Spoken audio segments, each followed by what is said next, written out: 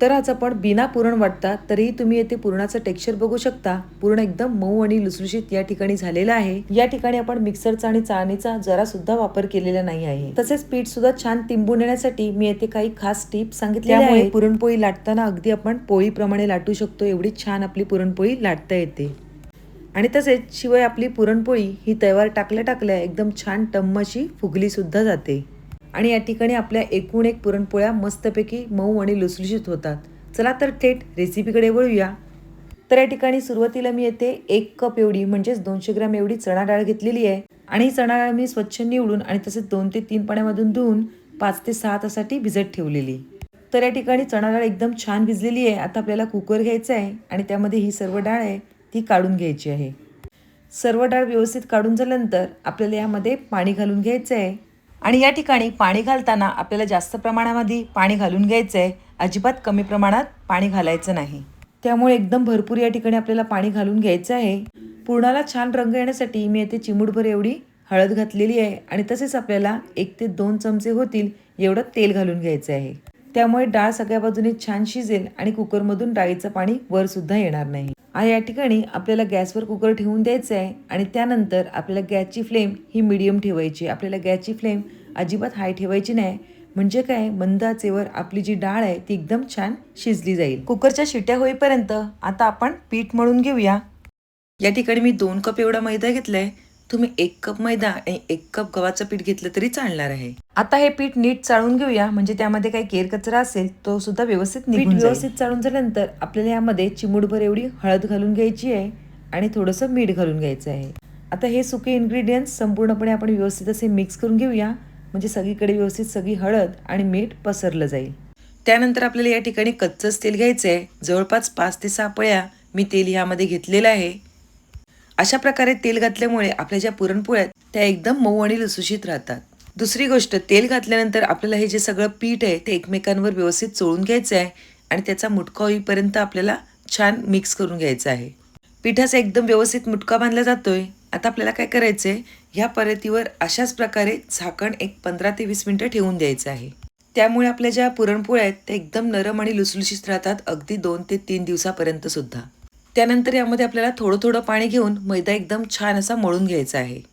एकदाच जास्त पाणी घालायचं नाही, थोडं थोडं करून एकदम छान मळून घ्यायचंय आणि त्यानंतरच आपल्याला यामध्ये पाणी घालून घ्यायचंय. तर या ठिकाणी आपलं मस्तपैकी थोडं थोडं मळून आपलं पीठ छान असं मळलं गेलेलं आहे. पिठाचं टेक्स्चर असं होईपर्यंत आपल्याला एकदम छान असं एकदम रगडून मळून घ्यायचंय. त्यामुळे पुरणपोळी लाटताना आपल्याला मैदा अजिबात जाडसर येत नाही किंवा आपली पोळी ही एकदम मऊ लुसलुशीत राहते. पीठ छान मळून झाल्यानंतर आपल्याला एका बाउलमध्ये ते ठेवून द्यायचंय आणि त्यावर थोडं तेल घालून घ्यायचंय. त्यामुळे आपलं पीठ आहे ते छान टिंबून येण्यासाठी मदत होणार आहे. आता हे थोडंसं आपल्याला पुन्हा एकदा मळून घ्यायचंय. तसेच हे पीठ भिजवण्यासाठी जवळपास 1 तास लागला तर खूप छान आहे. त्यामुळे आपलं पीठ एकदम छान असं तिंबून वर येतं. तोपर्यंत आपण आपल्या घरातली दुसरी इतर कामं करून घेऊ शकतो. म्हणजे काय, तोपर्यंत आपलं पीठ सुद्धा छान येईल आणि आपल्या पुरणपोळ्या सुद्धा खूप छान होतील. त्यानंतर अशा प्रकारे तेल घालून आपल्याला पीठ हे व्यवस्थित सगळीकडे आलटून पालटून व्यवस्थित तेल लागेल असं ठेवून द्यायचंय आणि ते झाकून ठेवून द्यायचं आहे. तोपर्यंत आपल्या मस्तपैकी कुकरच्या इथे 5 ते 6 शिट्या झालेल्या आहेत आणि आपली डाळ जी आहे ती एकदम मस्तपैकी शिजली गेली आहे. हातात डाळ घेतल्यानंतर त्याचं लगेचच पीठ होतंय, इथपर्यंत आपल्याला ही डाळ शिजवून घ्यायची आहे. आता ह्याचं वरचं सगळं पाणी आपल्याला काढून घ्यायचंय. जर तुम्ही कटाची आमटी करणार असाल तर तुम्ही त्यासाठी हे पाणी वापरू शकता. डाळ सगळी गाळून घ्यायचंय आणि त्याच्यातलं सगळं पाणी आपल्याला व्यवस्थित असं काढून घ्यायचं आहे. त्यानंतर पुन्हा आपल्याला ही डाळ कुकरमध्ये घालून घ्यायची आहे. तर आपण ही सर्व डाळ कुकरच्या भांड्यामध्ये घालून घेऊया आणि पळीच्या साह्याने एकदम छान अशी मिक्स करून घ्यायची. म्हणजेच काय, मी ज्याप्रमाणे व्हिडिओमध्ये दाखवते त्याप्रमाणे आपल्याला सगळी डाळ ही एकदम स्मॅश करून घ्यायची आहे. तुम्हाला या ठिकाणी दिसत असेल, आपण डाळ एकदम छान शिजवून घेतल्यामुळे आपली जी डाळ आहे ती एकदम लगेचच पातळ व्हायला, म्हणजेच काय आहे, स्मॅश व्हायला मदत झालेली आहे. त्यामुळे आपण ही डाळ एकदम छान अशी शिजवून घेतली. काही जण डाळीमध्ये पाणी जास्त घालायला घाबरतात, पण अजिबात घाबरायचं नाही. पुरण पातळ झालं तरी चालणार आहे, पण घट्ट अजिबात व्हायला नको. आता ह्यामध्ये आपण 1 कप एवढी डाळ घेतलेली, म्हणून आपण या ठिकाणी 1 कप एवढं गूळ घेणार आहोत आणि हे गूळ पण आपण व्यवस्थित असं मिक्स करून घेणार आहोत.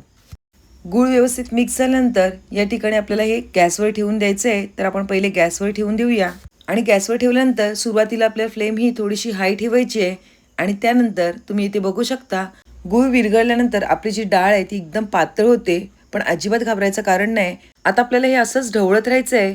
आपण अगोदरच डाळ छान स्मॅश करून घेतल्यामुळे आपलं जे पुरण आहे ते एकदम परफेक्ट असं झालेलं आहे. आता फक्त गूळ वितळून आपल्याला छान अशी आटवून घ्यायची ही डाळ.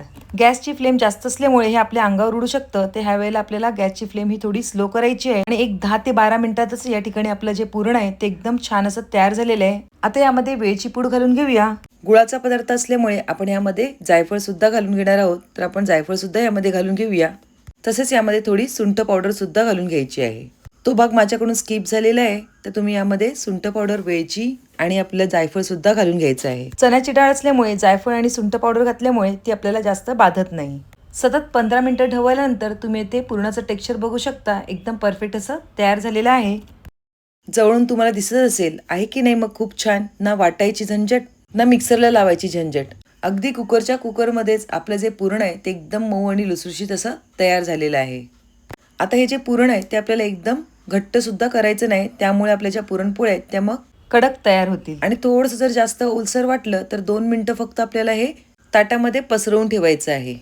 पण एकदम जास्त वेळ सुद्धा ठेवायचं नाही, नाहीतर मग पुरण कडक झालं तर मग आपल्या पुरणपोळ्या व्यवस्थित होणार नाहीत. आता या पुरणाचे आपल्याला गोळे तयार करून घ्यायचे, तर आपण पुरणाचे गोळे तयार करून घ्यायला सुरुवात करूया. तुम्हाला टेक्स्चरवरून समजतच असेल आपलं पुरण किती एकदम छान मऊ आणि सॉफ्ट तयार झालेलं आहे ते. आता पटकन आपण गोळे वळून घेऊया. एकदाच मी या ठिकाणी गोळे करून घेणार आहे, त्यामुळे आपल्याला पुरणपोळ्या किती करता येतील ह्याचा अंदाज येईल आणि मग सारखा सारखा आपल्याला पुरणामध्ये हात सुद्धा घालायला नको. तर या ठिकाणी 200 ग्रॅम डाळीचे एकदम परफेक्ट असे 11 आपले पुरणाचे गोळे तयार झालेले आहेत. तुम्ही बघू शकता एकदम भारी असे आपले पुरणाचे गोळे दिसत आहेत. आता पीठ ठेवून आपला बरोबर पाऊण ते 1 तास झालेला आहे. आता आपल्याला पीठ हे पुन्हा एकदम छान असं मळून घ्यायचं आहे.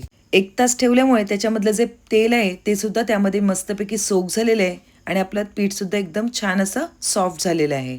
आता हे पीठ आपल्याला मळून घेता घेता एकदम छान असं ओढून पण घ्यायचं आहे, म्हणजे त्यामुळे आपली जी पुरणपोळी एकदम छान अशी सॉफ्ट राहील. एक 5 मिनिट आपल्याला हे पीठ आहे ते एकदम छान असं ओढून ताणून आणि छान मळून घ्यायचं आहे. हे पीठ ओढल्यानंतर आणि मळल्यानंतर तुम्ही शेवटचं टेक्स्चर बघू शकता. आपलं पीठ एकदम छान असं मऊ झालेलं आहे. पुरणपोळ्या लाटायच्या अगोदर आपल्याला एक पूर्वतयारी करून घ्यायची आहे.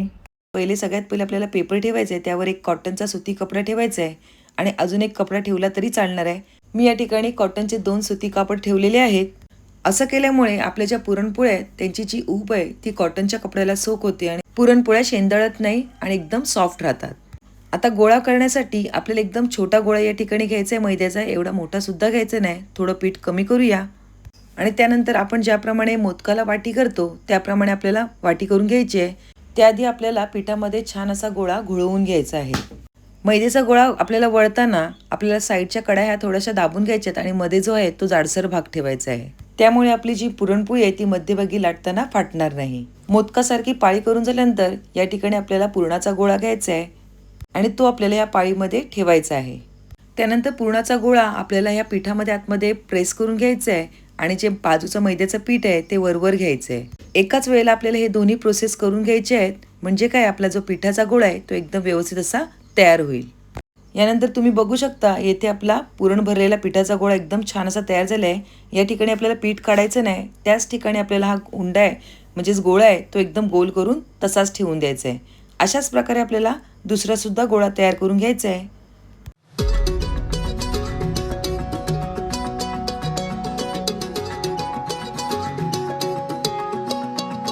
पुरणपोळ्या लाटायला घेताना आपल्याला अजून एक छोटीशी ट्रिक करायची आहे, म्हणजेच काय आपल्या पोळ्या ह्या पाटाला चिटकायला नको, म्हणजेच पोळपाटाला चिटकायला नको यासाठी आपल्याला एक सुती कपडा घ्यायचा आहे आणि तो पोळपाटाला व्यवस्थित असा कव्हर करून घ्यायचा आहे. त्यामुळे आपली अजिबात पुरणपोळी पोळपाटाला चिटकत नाही आणि आपल्या पोळ्यासुद्धा खूप छान लाटल्या जातात. तुम्हाला या ठिकाणी सहजच दिसत असेल मी पोळीप्रमाणे अगदी ही पुरणपोळी उचलून पुन्हा पाटावर ठेवते, म्हणजे आपलं पुरणपोळीचं पुरण आणि आपला जो मैदा आहे तो एकदम परफेक्ट असा भिजला गेलेला आहे. त्यामुळे पोळ्या अगदी सहज अशा लाटता येत आहेत. तसेच पुरणपोळीचा गोळा हा व्यवस्थित भरला गेल्यामुळे आपलं जे पुरण आहे ते पुरणपोळीच्या सर्व कोपऱ्यापर्यंत व्यवस्थित असं गेलेलं आहे. तुम्ही इथे बघू शकता. तव्यावर पोळी टाकताना आपल्या पुरणपोळीची जी वरची बाजू आहे ती खालच्या बाजूला गेली पाहिजे. अशा प्रकारे आपल्याला तव्यावर घालून घ्यायची आहे आणि त्यानंतर तुम्ही इथे बघू शकता आपल्या पुरणपोळीला हळूहळू बबल्स म्हणजेच फुगे यायला सुरुवात झालेली आहे आणि पुरणपोळी पलटल्यानंतर लगेच टम्म अशी फुगली सुद्धा गेलेली आहे.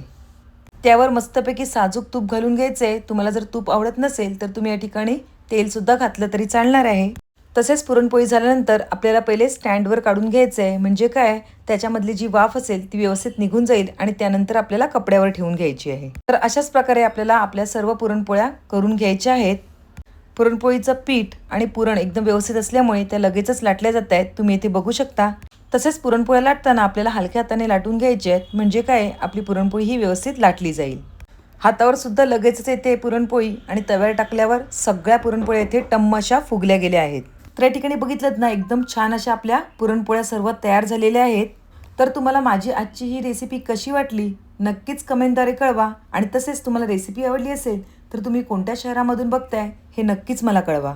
तसेच तुमच्या फ्रेंड्स आणि रिलेटिव्हसोबत आपली ही लिंक शेअर करायला अजिबात विसरू नका. पुन्हा एक नवी रेसिपी घेऊन येऊया. तोपर्यंत बाय बाय. थँक्यू.